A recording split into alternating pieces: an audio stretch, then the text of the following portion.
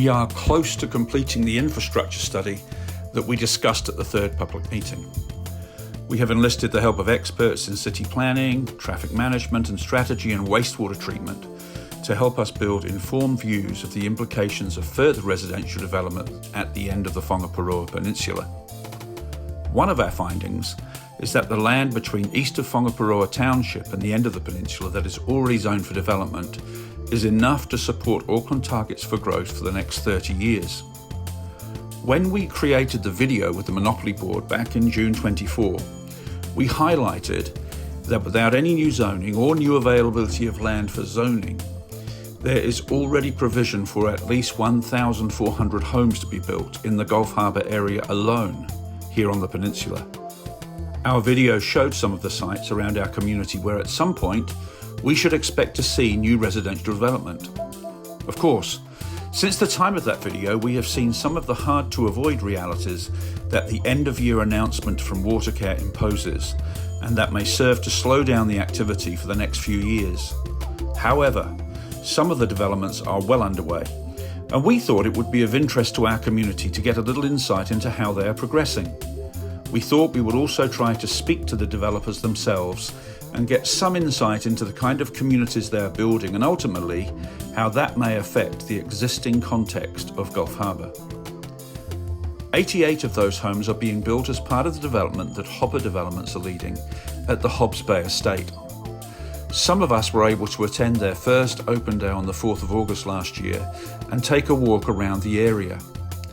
We saw the old Hobbs homestead, and although it was winter time and the weather was not exactly spectacular, we could see the thoughtful layout and sense of space, as well as the magnificent views that anyone who lives here will get to enjoy day after day.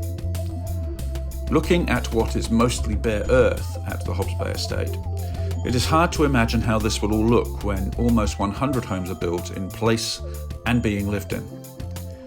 I thought it would be interesting to meet with somebody from Hopper Developments and speak with them about the kind of community they are designing, their timelines, its design ethic and their intention for integration with the rest of the Gulf Harbour environment. But before I picked up the phone, I thought it might be a better idea to go and look at what Hoppers have built elsewhere. That would probably be a good background to any discussions that I might have.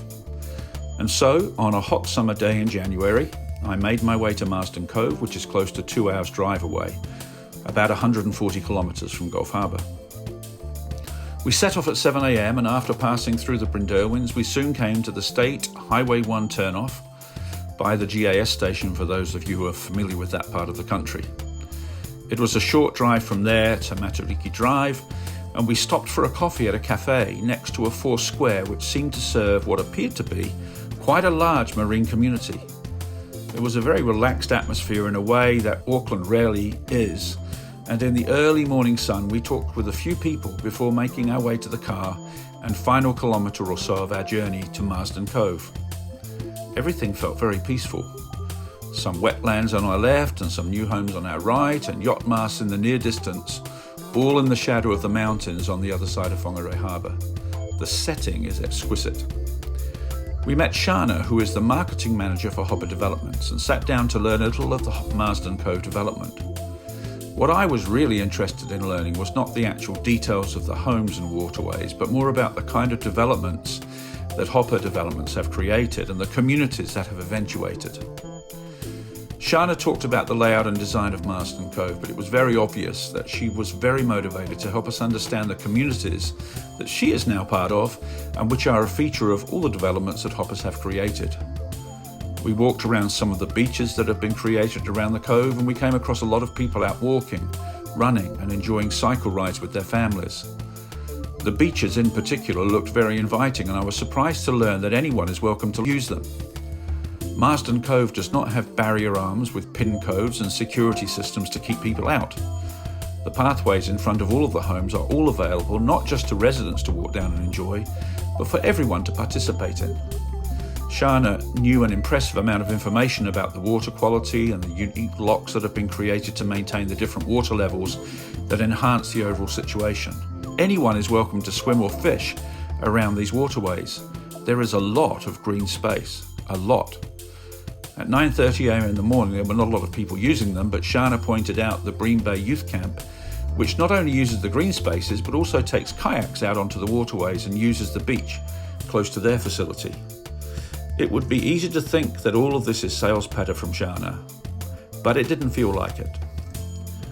One story that she relayed to us as we walked around was of her relatives, her aunties Gay and Penny, who reside in Pauanui and Whitianga respectively within the Hopper developments based in the Coromandel, who begin to get ready for Christmas in October. Every single year they decorate their homes extravagantly and then travel around all of the retirement facilities that Hopper built and help them get ready for Christmas with what seems like a generous oversupply of Christmas decorations.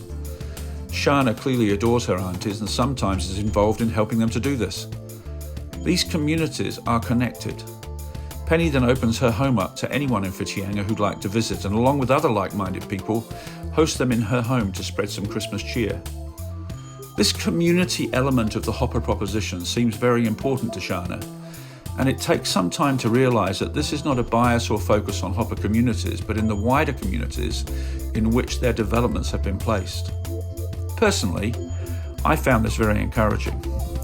As someone who lives in Gulf Harbour, I had wondered just what kind of development would be taking place at Hobbs Bay Estate. Would it be gated? Would it have facilities exclusively for the residents of the development? Would it be an us and them situation? I had heard there may be a cafe or restaurant. I wondered if it would be reserved only for the use of the people who actually had invested in one of the 88 sections that were kind of inside the family. I asked Shana to explain her vision of the Hobbs Bay Estate and how she saw it evolving.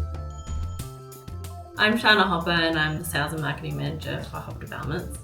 Hopper Developments is our third generation family owned business and our family has been really deep seated and rooted with everything that we do. So I'm here and very lucky to be part of this project. Hobbs Bay for us has been quite a special project really. We've been looking to get back into the Hibiscus Coast where my family settled here from England almost 100 years ago now, where I grew up actually as a child as well. My father spent many of his years here. It meant a great deal to us and it was quite a personal project to be, it is a personal project to be involved with. So to start a project like Hobbs Bay Estate, having such a long background and kind of, I suppose, belonging to Whangaparaoa because my great-grandparents started here 100 years ago and I grew up here, only moving recently. So to kind of get back an enterprise on the Hibiscus Coast was, priority. It was something we really wanted to do and an opportunity to take for the Burrell family to entrust their land with us and do something special for us. We really felt a sense of propriety, but we really had to respect and do something quite special with it. That aside, it's more or less our model anywhere when we come to do developments. I always kind of pride ourselves by saying we're not your typical developer. Yes, we could go and do your average development. We can go and cut everything up into squares and we can try it for the maximum yield, but we don't want to do that. As a generational family, it's kind of, it was something my father talked about. It was something his father talked about, was creating something that was going to last a lifetime, but something that for generations can be kind of enjoyed. So Hobbs Bay was about creating something that was going to be special to the land, special to the families that had been there before, special to my family. But that was different to what was on the Hibiscus Coast as well. We've always kind of created unique developments, so it was just right up our alley. Being able to kind of create larger lots and make the most of the reserves and give the access to the beach to the rest of the community as well, meant that we could open up the whole development and we could make it really something special. Sure, of course we could have done this as a closed development, but why? It doesn't make us excited. We want the community in, we want this to be a hub, we want it to be an exciting place where people want to come and visit. We want people down, families down at the beach. We want to see kids running around jumping in the water. I'll be bringing my kids here because I think it's a beautiful area. If I wasn't living In Northland, at our other development, Marsden Cove, this is probably where I would be too. Here at the end of the peninsula, it takes a little bit of imagination to see what this could become, but clearly it is going to be an impressive and consistent addition to the Hopper portfolio. So my name's Etienne Petzer. I'm the project manager at Hopper Developments and specifically for the Hobbs Bay estate. I have been working on this project since May last year, and from that point we're currently working on stage 1 and 2 of the 5-stage development, and it's actually going really well despite a very complicated and hard project that's been given to us. It's unfortunately one of the few developments that that I've ever worked on that we have over 156 resource consent conditions. That people probably don't realize the complexity of that, and so we've been navigating that, and that comes part and parcel with ecological issues, dust control, sediment control. We have lizard monitoring, bird monitoring, all those items that one takes for granted, which we have to do now. And it's been a tough job, but we've had really good working relationships with the Auckland Council and with the ecologists and all the authorities so that we can actually have a smooth sailing project. So to this point, it's been really good. We're currently looking at having completion of stage 1 and 2 probably by the end of April, should all go well. Hopefully the rain doesn't stop us from doing anything further. But yeah, ultimately that's where we'll be heading, and beyond that we'd also be looking to have an open day within the next month or so, just so that the public can come and have a look at the development, because we'll have the majority of our roadings in and our curbing in, and pretty much everything except for the asphalt on the roads itself, so people can actually get a sense of what the development is about and how Hoppers as a brand is different to your normal run-of-the-mill developments with wider roads and a lot of planting and stuff. So just one thing people should be aware of is that in this development, I know people would have noticed we've cut a lot of the trees on the boundary down, but as part of our consent we'll be replanting, and this development will have over 15,500 new plants planted in the development for the greenscape and stuff, and it's something that we really model our developments on, and have a green and family space, not just a concrete jungle. So I feel that that's what makes us really unique, and then connecting it with the beach as well, that you actually feel like you in nature, but you still 10 minutes down the road from a shop and a cafe and stuff like that. So that's currently where we're at with the development. The really unique thing about creating a development like Hobbs Bay Estate is, for us, wanting that community involvement. So part of we've gone through the journey of kind of starting the development. We had our first open day last year, and many probably don't realise that was quite an exercise through health and safety to get people on site. But we saw that there was so much public interest in it that we just thought we had to get this done. We had to do it. We had to make a way to get people through and kind of see this really incredible area that we've started to create. So we're actually working on doing another open day probably at the end of next month, and you'll be able to see more about that. But again, it will be about getting people on site, being able to see how the development's progress, getting down on the beach, walking through our public and park areas, and kind of really getting to explore and getting a feel of the space. Because again, we want the community here. It's really for everyone.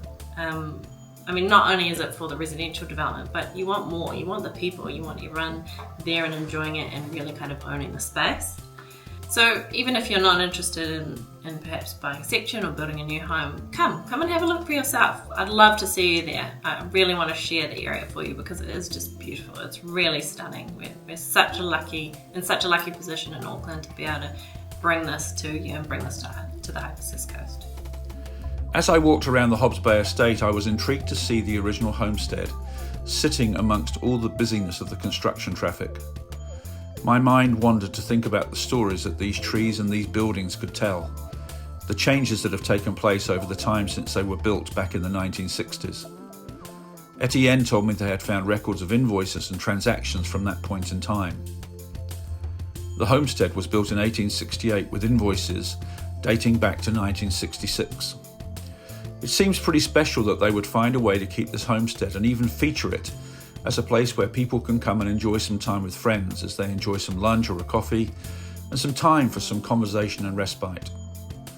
This attention to detail and focus on thinking about what makes a community actually work is inspiring. And to know that this is not only reserved for the people who come and are able to make Hobbs Bay Estate their home, but that it will be open to any of us to explore and enjoy. The homestead, nature walks and beaches, all inviting us to participate and engage. Like many of you, I have also read of the potential for a marina here on the southern side of the development. I am sure there are some challenges to be negotiated in bringing that to life, but having now seen something of the ethos and thoughtfulness of the Hopper family and the real-life examples of the communities that they have created and integrated with, I feel optimistic about what the Hobbs Bay Estate represents for the Gulf Harbour community and to the wider area of the peninsula. I really do believe that Gulf Harbour can become a bucket list item for every visitor who comes to Auckland. And I can only see the Hobbs Bay Estate as bringing something even more to our community and this place in New Zealand that we all call home. Over the coming months, we'll bring further updates on major developments that take place around our community. Shana and Etienne have offered to participate in any further communication regarding the Hobbs Bay Estate. We may even run a live stream with them with the opportunity for you to ask questions during the discussion. In the meantime, maybe I'll see you at the next open day.